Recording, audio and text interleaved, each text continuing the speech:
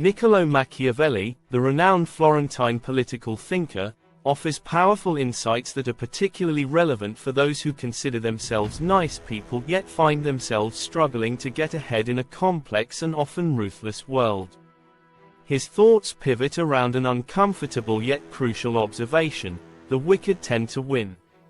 This observation raises profound questions about morality, effectiveness, and the nature of power.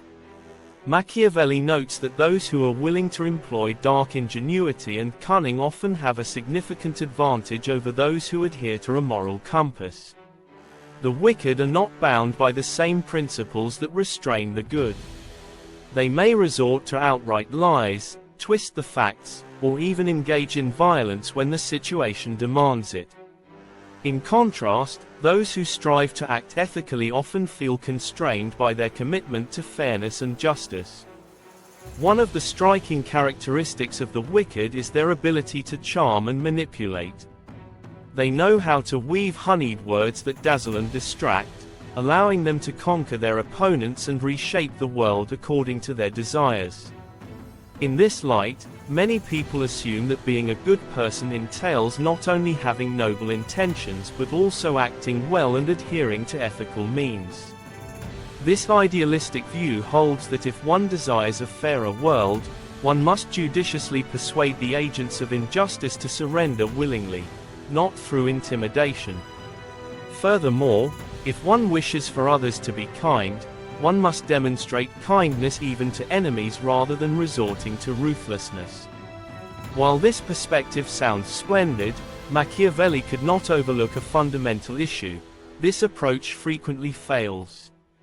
As he examined the history of Florence and the Italian states more broadly, he observed that nice princes, statesmen, and merchants often find themselves in precarious situations or come unstuck entirely. This stark realization led him to write The Prince, the short but dazzling manual for leaders on how not to finish last in the harsh game of politics.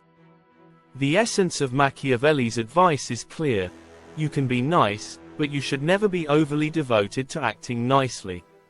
There are times when it is necessary to adopt the very tricks employed by the most cynical and unscrupulous individuals. This insight can be uncomfortable for those who pride themselves on their moral integrity, but it is essential for understanding the dynamics of power and influence. Machiavelli understood where our counterproductive obsession with niceness originated. The Western world has been largely shaped by the Christian narrative of Jesus of Nazareth, the epitome of kindness and compassion. Jesus treated people well and preached a message of love and forgiveness, ultimately becoming known as the King of Kings. However, Machiavelli points out one inconvenient detail in this sentimental tale of the triumph of goodness through meekness. From a practical perspective, Jesus' life was an outright disaster. He was trampled upon, humiliated, disregarded, and mocked during his lifetime. In the absence of divine assistance, he was one of history's greatest losers. This observation raises critical questions about the effectiveness of pure morality in the real world. The clue to being effective lies not in blindly adhering to ideals but in understanding the complexities of human behavior and the nature of power. The Prince serves as a guide for those who wish to be effective, not merely good. It is a book haunted by examples that emphasize the importance of being shrewd, adaptable, and aware of the moral ambiguities that pervade human interactions. Today, we might consider how CEOs, political activists, and thinkers can learn vital lessons from the slickest and most devious operators around them.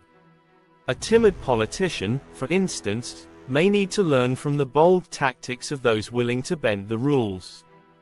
Similarly, an earnest entrepreneur can benefit from understanding the strategies of those who navigate the business landscape with cunning and foresight. Ultimately, we are all defined by what we achieve, not just by our intentions. If we care about wisdom, kindness, and virtue, yet we only ever act wisely and kindly, Machiavelli warns us that we will get nowhere. It is essential to learn lessons from unexpected sources.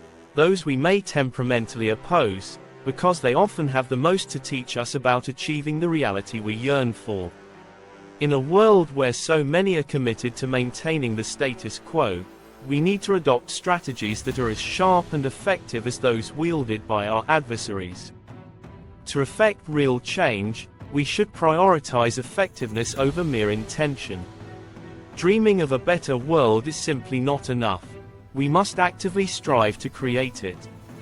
The purpose of our efforts should be to transform the world for the better, not to find comfort in the quiet refuge of a warm heart. Machiavelli's insights disturb us for a reason. They prompt us to confront where we are at our most self-satisfied and complacent.